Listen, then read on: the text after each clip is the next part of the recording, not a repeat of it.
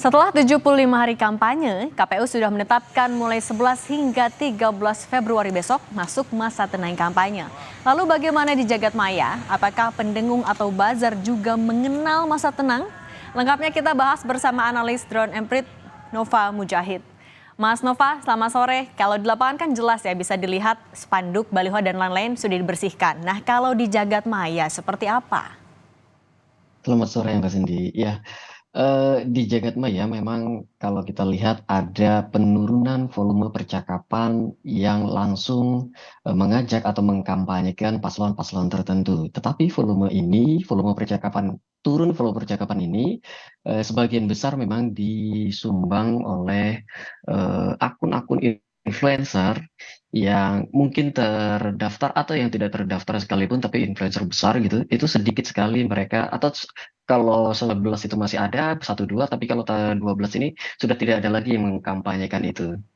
Begitu Mbak Cindy. Akan tetapi kalau kita lihat di luar buzzer besar, influencer-influencer besar gitu ya, kayak katakanlah pendukung perorangan, pendukung yang anonim dan sebagainya, itu tentu mereka masih banyak sekali yang berbicara tentang para paslon, baik mengkampanyekan paslonnya maupun mendegradasi paslon-paslon di sebelahnya.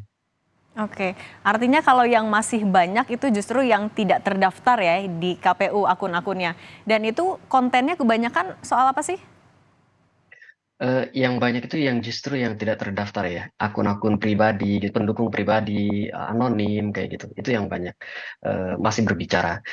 Kalau kontennya kita lihat dalam 2 hari terakhir ini 11 sampai 12, kebanyakan masih aktivitas-aktivitas di hari sebelumnya, aktivitas di JIS, aktivitas di GBK itu masih banyak sekali dibicarakan oleh publik. Selain juga beberapa yang ramai hari ini adalah naik sekali itu perbincangan tentang dirty vote ya.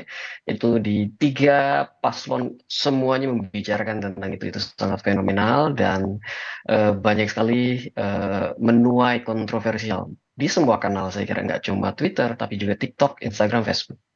Oke, nah Mas Nova kan Bawaslu juga punya patroli siber yang 24 jam nonstop. Tapi kan kita juga tahu sebenarnya fokusnya adalah ke akun-akun yang sudah terdaftar. Nah ini efektif nggak sih yang dilakukan Bawaslu? Saya kira patut diapresiasi dan kalau menurut saya cukup efektif karena akun-akun terdaftar itu toh mereka juga harus tetap mengikuti aturan-aturan kampanye dan memberikan contoh ya, saya kira ya paling penting adalah memberikan contoh para para pendukungnya agar tidak terlalu katakanlah barbar gitu di media sosial. Karena selain kampanye-kampanye positif, ada negatif campaign masih juga beredar sampai saat ini adalah black campaign yang menyasar para paslon itu semuanya kena, dan black campaign ini kan tidak mengenakan untuk demokrasi kita, untuk perbincangan demokrasi kita. Jadi saya kira itu bagus sekali, patut diapresiasi. Oke, mungkin ada nggak platform media sosial yang paling perlu diawasi nih sama Bawaslu karena pendengungnya paling banyak atau kontennya nggak bisa susah untuk di stop di apa ya dijaga gitu. Oke, kalau dari sisi volume, Twitter itu paling berisik memang, tetapi klasternya di Twitter itu kan sudah semakin pejal ya, sudah semakin kelihatan mereka mendukung ke siapa dan ke siapa. Tapi kalau saya lihat platform yang perlu dipatroli atau dilihat secara intensif oleh Bawaslu, saya kira TikTok tuh, karena di sana banyak sekali beredar pesan-pesan yang selain hoax juga pesan-pesan yang saat ini sebenarnya sudah dilarang untuk disebarkan, mengkampanyekan negatif campaign, positif campaign, dan hoax itu. Jadi selain itu TikTok juga memiliki, dalam pantauan kami, TikTok juga memiliki reach dan impression paling tinggi di antara kanal-kanal media sosial lainnya. Jadi dia akan menyebar lebih masif, meskipun volumenya lebih sedikit, tapi sebarannya lebih baik daripada di kanal lainnya. Oke, nah kalau informasi bohong atau hoax juga nih di beberapa platform media sosial masih banyak juga kah di masa tenang ini? Maaf, ulangi Mbak Kalau pertanyaannya. untuk informasi bohong, berita bohong, hoax di media sosial di masa tenang ini masih banyak juga, Mas? Eh, saya melihat masih beredar, masih terus beredar, meskipun kebanyakan adalah hoax-hoax lama ya, hoax-hoax yang sudah diproduksi sebelumnya. Saya tidak melihat ada hoax-hoax baru, kecuali yang terkait dengan dirty vote. Ada beberapa yang bikin hoax tentang itu. Tetapi dari sisi volume peredaran hoaxnya tidak dari volume produksi hoaxnya, eh, 11, 12 ini relatif lebih sedikit dibanding hari-hari sebelumnya, Mas. Oke, udah mulai nurun ya. Nah, kan tadi ada TikTok, Twitter, juga kemudian informasi hoax juga masih ada meskipun sudah menurun. Perlukah ada kerjasama Bawaslu dengan Siber Polri untuk menindak? Saya kira untuk di media sosial, tindakan akan mengirim pesan yang tegas kepada para penyebar hoax.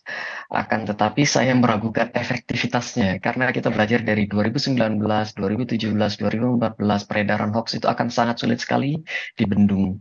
Terutama dari pendukung personal ya. Mereka mendapatkan informasi setengah lalu ada ditambahin narasi sedikit-sedikit sesuai dengan ini mereka, sesuai dengan selera mereka kayak gitu.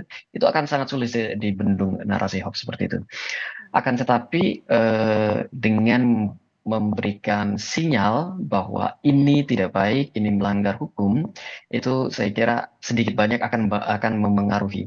Meskipun efektivitasnya saya belajar dari 2019 kemarin, saya masih agak meragukan hal itu bisa mengurangi volume peredaran hoax. Apalagi kalau kita lihat hoax itu kan tidak hanya di media sosial berhentinya, tapi juga masuk ke pesan-pesan pribadi, Telegram, WA, bahkan kadang-kadang sampai SMS juga. Nah, oke. Kalau evaluasinya menurut Mas Nova sendiri penanganannya mulai dari pendengung kemudian yang para penyebar hoax ini, gimana apa yang bisa dilakukan?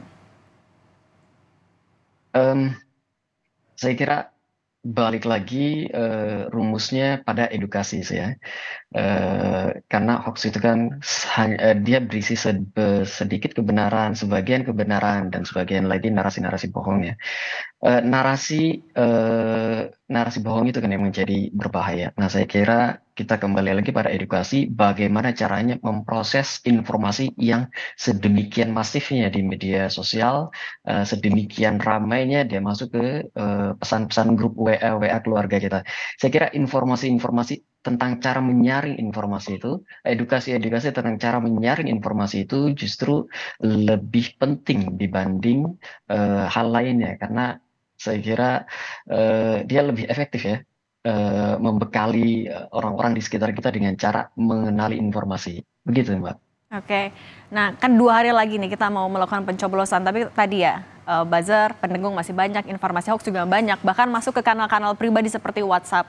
Bagaimana kita juga bisa menyikapi sebagai masyarakat menjelang hari pemungutan suara yang sudah semakin dekat? Di media sosial, saya kira perbincangan tentang memilih itu akan semakin ramai justru mendekati masa pencoblosan.